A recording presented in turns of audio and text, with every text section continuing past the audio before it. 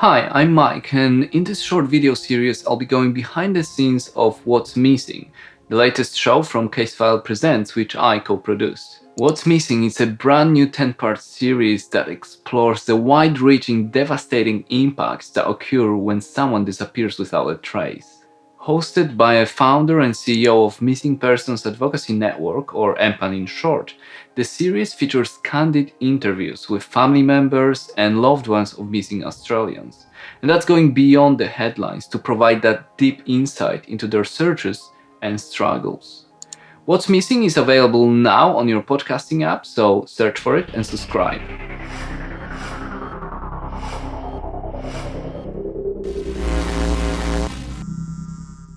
Hi, I'm Mike, producer of Casefile True Crime and Casefile Presents shows. On this channel, I release videos on audio production, podcasting, and what's like to be podcast producer. So if you enjoy the content, hit subscribe and notification buttons.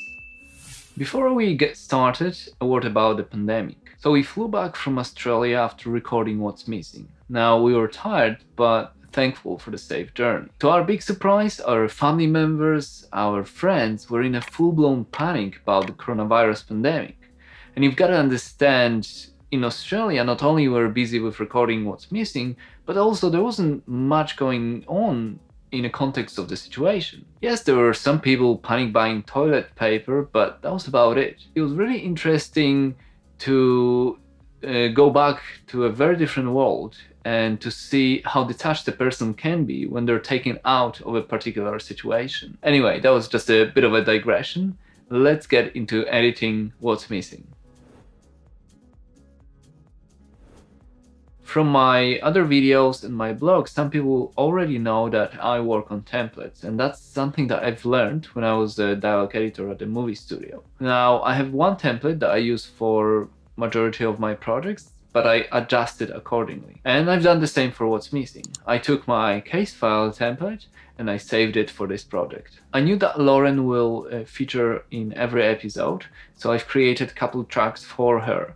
One was for the story, narration parts, and the other was for the chat. There were buses, there were masters, there were effect sends, but I stripped everything to bare necessities, just EQ, compression, and limiter on a master fader. The rest of the tracks would be fairly similar, and then I would adjust EQ and compressors accordingly depending on the person featured in the episode. Now, before the editing, I've decided that for the story parts, the tracks both for Loren and for the guest would have reverb on. Just a short, small reverb to make the audio pop up a little bit more. The reverb would be off during the intimate chat, and that would make the audio sound slightly different. When that was ready, I've opened the raw recording sessions. Like I said before, the raw sessions were nicely labeled by the studio. I had a hard drive with me when I was traveling to Australia, so I didn't need to wait for that online transfer. Now, during the recording, I was writing down when we've recorded what, so it was easy for me to do that initial prep. The only issue was that the studio provided the feed from all 6 microphones that were set up in the studio. We only had maximum 2 persons recording at the same time. Halfway through the week, we changed the seating. I had to go through all the feeds to select the main ones and delete the side microphones. Now, it wasn't a big issue, just a small annoyance. I've dropped the audio into a folder, my main folder, and created folders for all 10 episodes, as well as for the pickup sessions, which we've recorded at the end of the week. Now for the planning bit.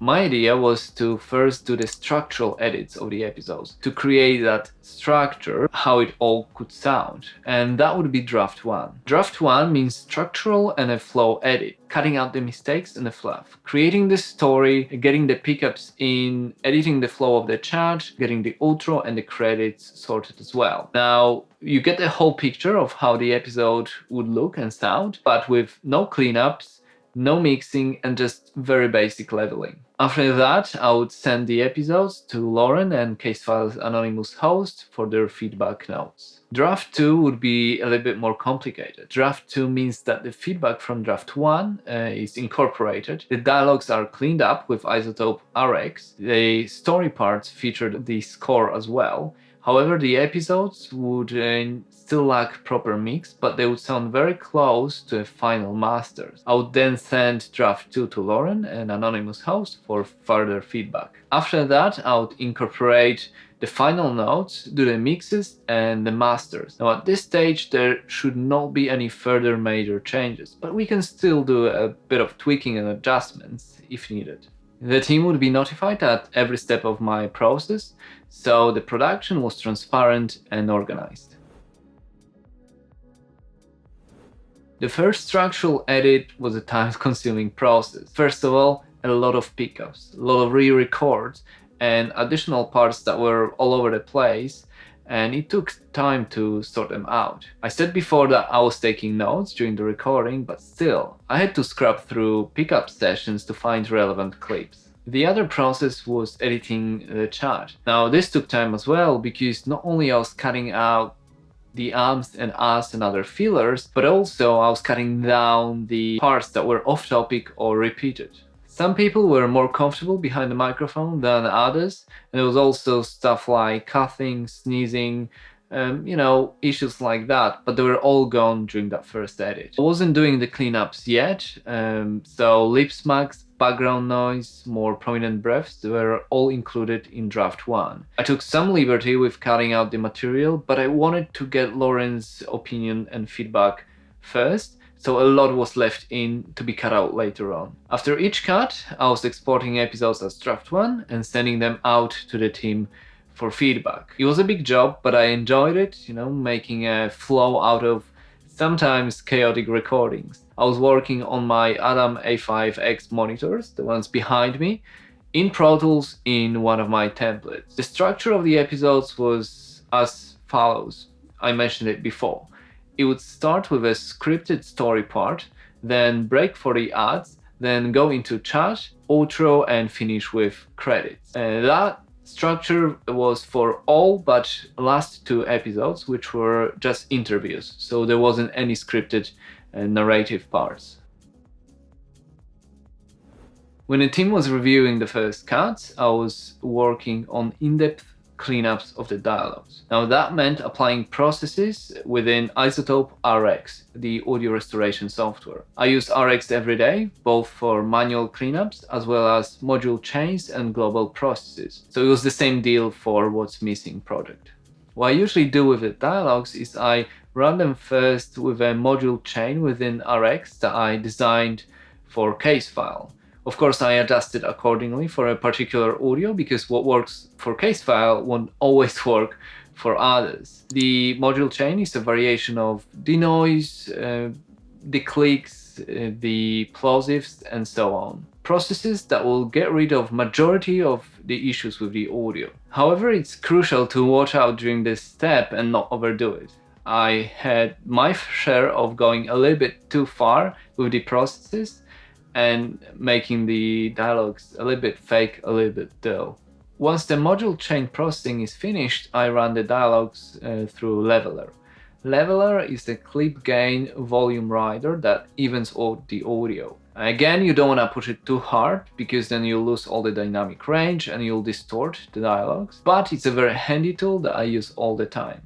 For What's Missing, in some cases, I kinda had to push it a little bit further, because the dynamic range during some chats were just too great. Next, I use ambient smudge and make sure that all the breaths and mistakes are cut out and replaced with the ambient noise that matches the whole recording. I run it through the whole dialogue and then send the clips, individual clips, to RX for manual cleanups. And that's for mouth noises, clicks, breaths, pops, anything that's left. I use a mixture of attenuation, replace, and ambient smudge to clean up the dialogues. Now, this takes a long time, because it's kind of a mechanical, laborious task. But in my opinion, it elevates the recording even further, going that extra mile. But for editing half-hour dialogue, an hour dialogue, it just takes hours with manual cleanups within RX. There were a few issues here and there and few mistakes on my part during the editing process. Mistakes, well, I'm used to getting nice recordings from Casefile host that he records in his vocal booth. The process of editing that is so natural to me, it's like a habit, I don't even think about it. But that means that automatically I apply the same thinking to other projects, and that doesn't always work. If I was to go back and start again, I'll probably be a little bit more mindful when applying some restoration techniques to what's missing dialogues. My other mistake was not spending enough time on ambient noise. I should have just created one that would work for all episodes, because they were all recorded in the same room, and then adjust accordingly. Well, I haven't done that, and I'm not 100% happy how ambient noise turned out in the final masters. But that leads me to the issues as well. Because the dialogues were recorded with dynamic mics without a gain boost, I had to pull up the levels quite a bit. And once I've done that, the issues became audible. Recordings were noisy, there was background spill, the noise floor wasn't great as well. And I've done my best to tackle that, but it'd be much easier if the recordings at the source were, better.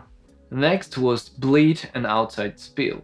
And I've mentioned before the place the recording room wasn't isolated. And because of the offices next door, this spill was quite audible. And that was laughter, chatter, even phones ringing. I've cut out as much as I could, but obviously changing the structure of the original recording is not ideal. But I'd rather compromise on the quality than have a huge laugh happening during a serious topic. The dynamic range and various general recording issues were difficult to fix at times. Coughing, sniffing, sneezing, clothes moving, people moving off axis when talking to the microphones, they were all problematic. Again, in that instance, intelligibility comes first and quality second. And as long as the content is audible and understandable, that's good enough for me. It cannot be perfect all the time. In the end, editing What's Missing was a lengthy process with many challenges, but I've learned a lot and it took me out of my comfort zone. Looking back, I would do a few things differently, but by the last episodes, I had my workflow pretty much figured out. So there's always second season to look forward to. In the next video, I'll be talking about scoring What's Missing. But in the meantime, subscribe to the podcast. But that's it for today. I'm Mike from Mike Migas Production. If you liked the video, if you want to learn more about podcasting and audio production, check out the rest of my channel as well as my website, mikemigas.com. For now, share, like, subscribe, and I'll see you later.